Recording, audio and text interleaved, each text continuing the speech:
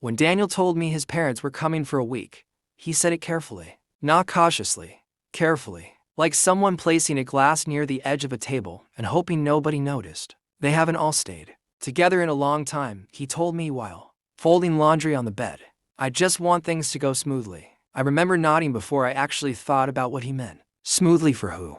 The house was already clean. The guest rooms were ready. I'd arranged grocery delivery for the morning. They arrived because I knew nobody would want to stop anywhere after the drive. It wasn't resentment then.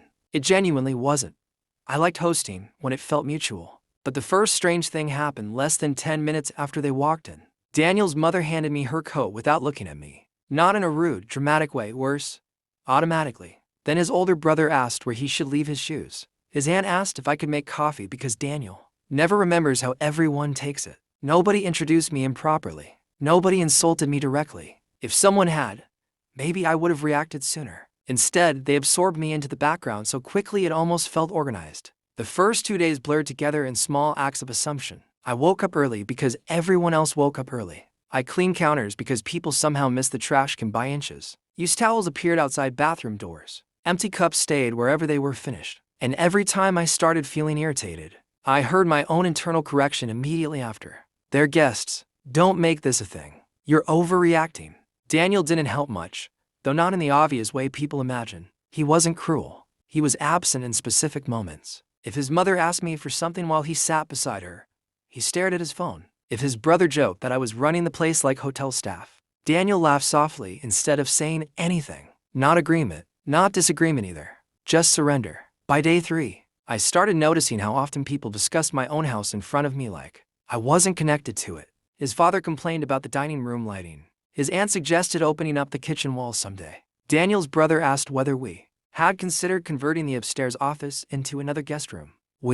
I would answer politely while standing there holding grocery bags or wiping counters. And somehow the conversation always drifted around me instead of toward me. The strange part is that nobody ever explicitly called it Daniel's house. They simply behaved as though ownership naturally belonged closer to him than to me. I think people reveal what they believe through omission more than language. On the 4th morning, I was standing in the kitchen making tea when Daniel's aunt walked in and asked if I could wash the bedding from her room before evening, because she liked fresh sheets every 2 days. Something in me paused. Not shattered, not exploded. Paused. I looked at her for a second too long, and she finally added, if that's okay. I said yes anyway. That was the problem. I kept saying yes, because each individual request felt too small to defend myself against. But together, they created a version of me I barely recognized. Someone useful, someone pleasant, someone disappearing carefully enough that nobody had to feel guilty about it. Around noon, the property maintenance company arrived. I'd forgotten they were scheduled to inspect the water damage near the back patio ceiling.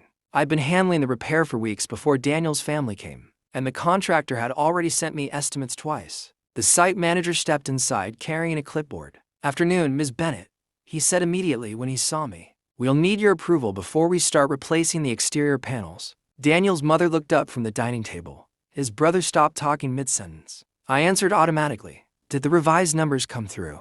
The manager nodded and handed me the paperwork. Yes, we included the structural adjustment you requested. Requested, notified, approved. The room became very quiet in the particular way people become quiet when their assumptions start rearranging themselves faster than their pride can manage. Then Daniel's aunt said something that finally pushed the moment into the open. Oh, she said lightly. I thought Daniel handled all this. The manager glanced between us. No, ma'am. Everything's under Ms. Bennett's name.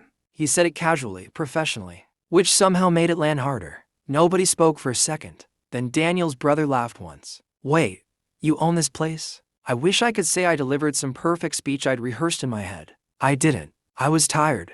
That was the truth. Tired enough that honesty came out simpler than anger. I set the paperwork down on the counter and looked directly at him. Yes, I said. And I'm also not the concierge. No yelling.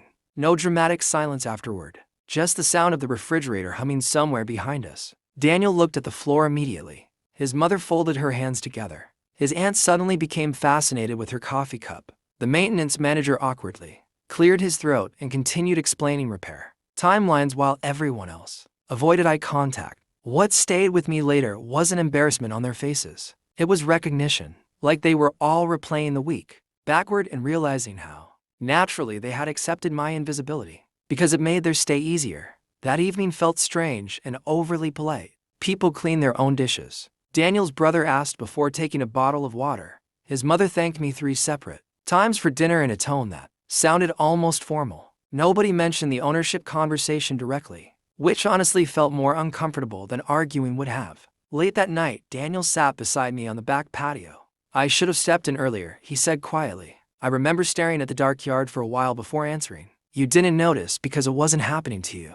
He tried to respond, then stopped. For once, silence actually belonged to him. They left early the next morning.